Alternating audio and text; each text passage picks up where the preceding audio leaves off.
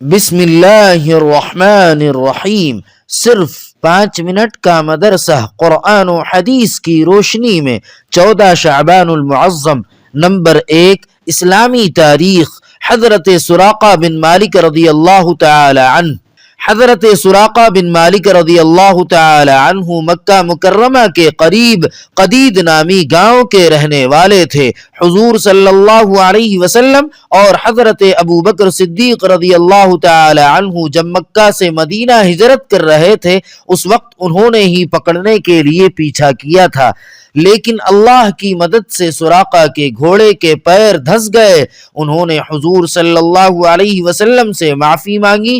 آپ صلی اللہ علیہ وسلم نے معاف کر دیا اور فرمایا، اس وقت تمہارا کیا حال ہوگا جب تم کسریٰ کے کنگن پہنو گے۔ سراقہ نے حضور کے پیچھا کرنے والوں کو روکنے کا وعدہ کیا اور واپسی میں تمام کفار کو بہانہ بنا کر روک دیا۔ جب اس کا یقین ہو گیا کہ حضور صلی اللہ علیہ وسلم اور حضرت ابو بکر صدیق رضی اللہ تعالی عنہ مدینہ پہنچ گئے ہوں گے تو لوگوں کو اپنا واقعہ بتایا۔ ابو جہل ان پر بہت خفا ہوا۔ حضرت سراقہ ایک اچھے شاعر تھے، برجستہ انہوں نے شعر میں جواب دیا، اے ابو جہل، اگر تو میری جگہ ہوتا تو تجھے معلوم ہو جاتا کہ محمد صلی اللہ علیہ وسلم ایک سچے رسول ہیں جن کے پاس کھلی ہوئی نشانی ہے، ان کی برابری کون کر سکتا ہے۔ جب مکہ فتح ہوا تو حضرت سراقہ نے حضور صلی اللہ علیہ وسلم کی خدمت میں حاضر ہو کر اسلام قبول کر لیا۔ حضرت عمر فاروق رضی اللہ تعالی عنہ کے زمانہ خلافت میں کسریٰ کا خزانہ آیا تو انہوں نے حضرت سراقہ رضی اللہ تعالی عنہ کو کسریٰ کا لباس، تاج اور کنگن پہنائے۔ یہ دیکھ کر مسلمانوں نے اللہ اکبر کی آواز لگائی اور کہا کہ آج حضور صلی اللہ علیہ وسلم کی پیشین گوئی ہو بہو پوری ہوئی۔ حضرت سراقہ رضی اللہ تعالی عنہ کا انتقال حضرت عثمان رضی اللہ تعالی عنہ کے خلافت میں سن 24 ہجری میں ہوا۔ نمبر 2، حضور صلی اللہ علیہ وسلم کا معجزہ، پتھر کو حضور صلی اللہ علیہ وسلم کو سلام کرنا۔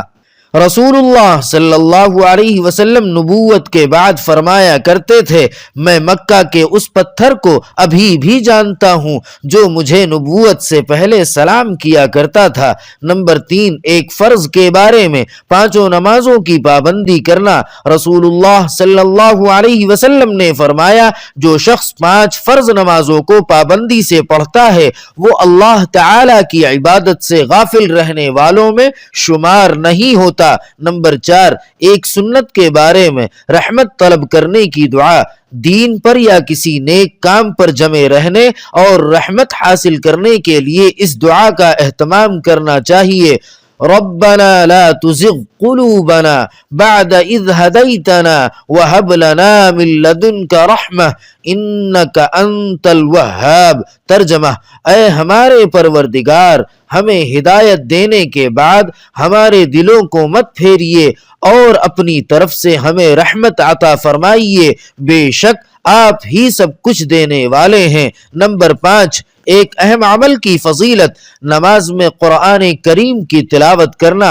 رسول اللہ صلی اللہ علیہ وسلم نے فرمایا، نماز میں قرآن شریف کی تلاوت بغیر نماز کی تلاوت سے بہتر ہے، اور بغیر نماز کی تلاوت قرآن سبحان اللہ اور اللہ اکبر کی تسبیح پڑھنے سے افضل ہے۔ سبحان اللہ اور اللہ اکبر کی تسبیح صدقہ سے افضل ہے، اور صدقہ روزے سے افضل ہے، اور روزہ جہنم سے بچنے کی ڈھال ہے۔ نمبر 6، ایک گناہ کے بارے میں حرام چیزوں کا بیان۔